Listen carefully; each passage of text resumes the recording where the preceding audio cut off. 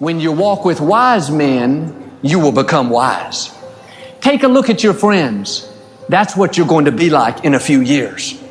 If your friends are winners, leaders, givers, successful, if they have a spirit of excellence, integrity, positive, motivated, then those good qualities are going to rub off on you. When you're with them, you're investing your time. They're making you better. But if you hang out with people that are sloppy, undisciplined, unmotivated, not going anywhere, let me give you some great advice. Find some new friends. Some people, the only thing that's keeping them from a new level of their destiny is wrong friendships. You cannot hang out with chickens and expect to soar like an eagle. You don't have to make some big announcement and go tell them, hey man, I'm cutting you off. You can just gradually spend less and less time with them. Well, Joel, what if I hurt their feelings? What if they keep you from your destiny? If you don't let go of the wrong people, you'll never meet the right people. And sometimes we can outgrow a friendship. It was good at one time. For a few years you were fulfilled, but now you've grown more than they have. You're running at a different pace. Your gifts are coming out in a greater way. That doesn't make them a bad person. It's just a new season. Human nature likes to hold on to the old. We like to keep everything the same. But the truth is, it's healthy for seasons to change. It doesn't mean you can't still be their friend. You just know you cannot spend as much time with them and become all you were created to be. There are people that come into our life that are like scaffolding. They're designed to be there for a period of time. Now, I'm not talking about a marriage situation. I'm talking about friendships. These people, for a period of time, they help us grow. They inspire us. They motivate us. But like that scaffolding, at some point, it's got to come off the building. If the scaffolding stayed up, the building would never be what it was meant to be. Appreciate the people that have helped you. Always honor them, but be big enough to recognize when their part in your story is over. On a regular basis, you need to reevaluate your friendships, the people you choose to spend time with. Are they in the right position? Has the position changed? Perhaps could it be that it's a new season? When Jesus was on the earth, he was very selective with his friendships. Everyone, of course, wanted to be close to him, but he chose only 12 men to spend most of his time with, the disciples. Out of those 12, 3 were his close friends, Peter, James, and John. One could be considered his best friend, John. He was described as the disciple whom Jesus loved. And you may know a lot of people, have a bunch of acquaintances, but you have to be careful who you allow in your inner circle.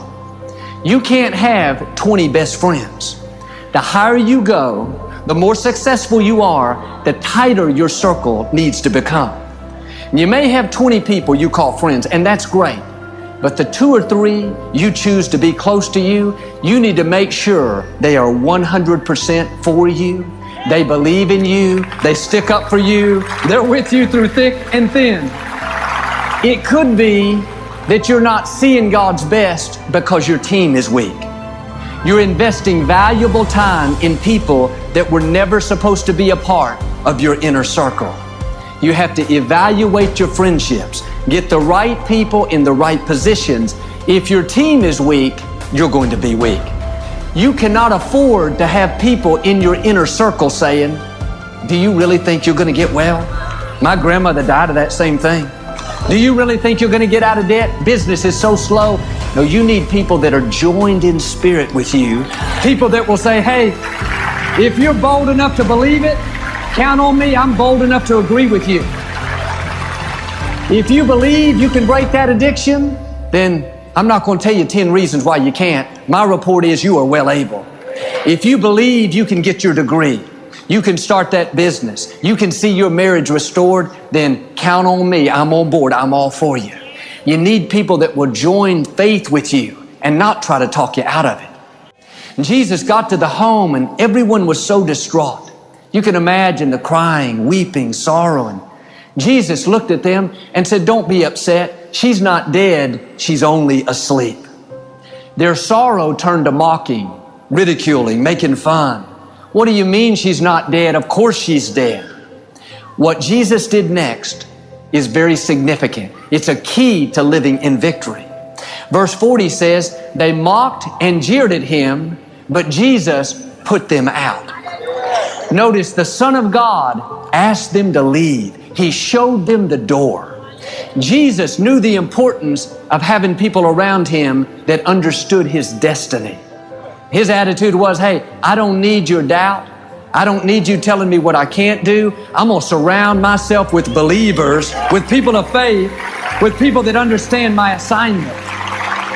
If you have people close to you that are constantly pulling you down, telling you what you can't do, how you'll never accomplish your dreams, understand it is scriptural to show them the door. And it may be difficult, but you have to have the attitude, I cannot fulfill my destiny with your critical spirit in my life.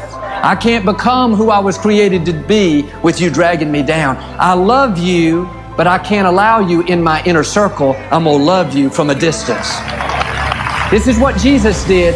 He only took the girl's parents and Peter, James, and John into the little girl's room. He spoke to that girl and she came back to life. But think of this. Jesus could have healed her in front of the whole crowd, laughing, mocking, ridiculing. He's God. He can do anything. He was showing us this principle.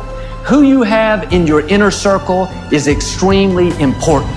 If Jesus went to the trouble to ask the wrong people to leave, if he took the time to weed out the doubters, the naysayers, the people that didn't believe in him, he was that concerned about his inner circle, how much more concerned should we be with who's in our inner circle?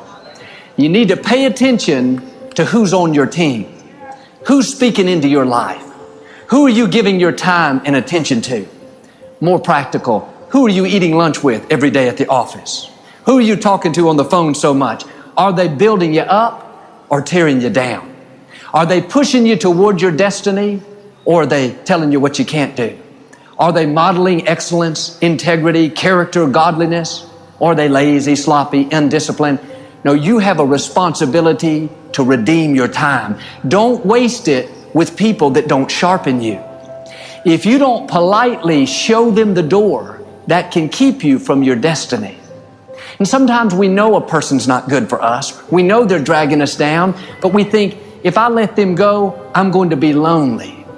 Yes, you may be lonely for a season, but you'll never give up something for God without him giving you something better back in return. Now, this may mean that you have to change who you eat lunch with at the office every day. That person that's always finding fault, critical, bad-mouthing the boss, you don't need that poison in your life. That's not redeeming the time. You may have to change hanging out with that neighbor that's always depressed, defeated, has a sad song. If you stay there, you're going to end up defeated. It's better to make the change and be lonely for a season than to be poisoned for a lifetime. When we come to the end of our days, God is going to ask us, what did you do with the time I entrusted you with? Did you develop your gifts and talents? Did you accomplish your assignment? How did you spend your life? It's not going to be a good excuse to say, God, I got distracted, but my friend got me off course.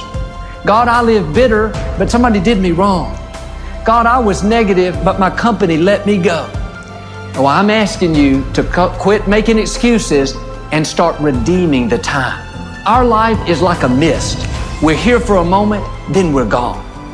Make this decision that you're going to be an on-purpose person.